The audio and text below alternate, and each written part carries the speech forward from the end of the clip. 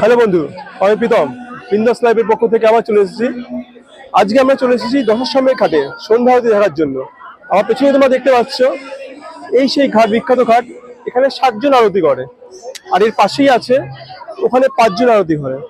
ঠিক আছে, আর কিছুক্ষণে সবার মধ্যেই শুরু হয়ে যাবে। তোমাদের সাথে পুরো ভিডিওটা শেয়ার করবো আর ভিডিওটা তুলবো, তোমরা আমার সঙ্গে থাকো। বাই। जय हो शंकरा आदिदेव शंकरा, तेरे जाप के बिना चले ये सांस किस तरह।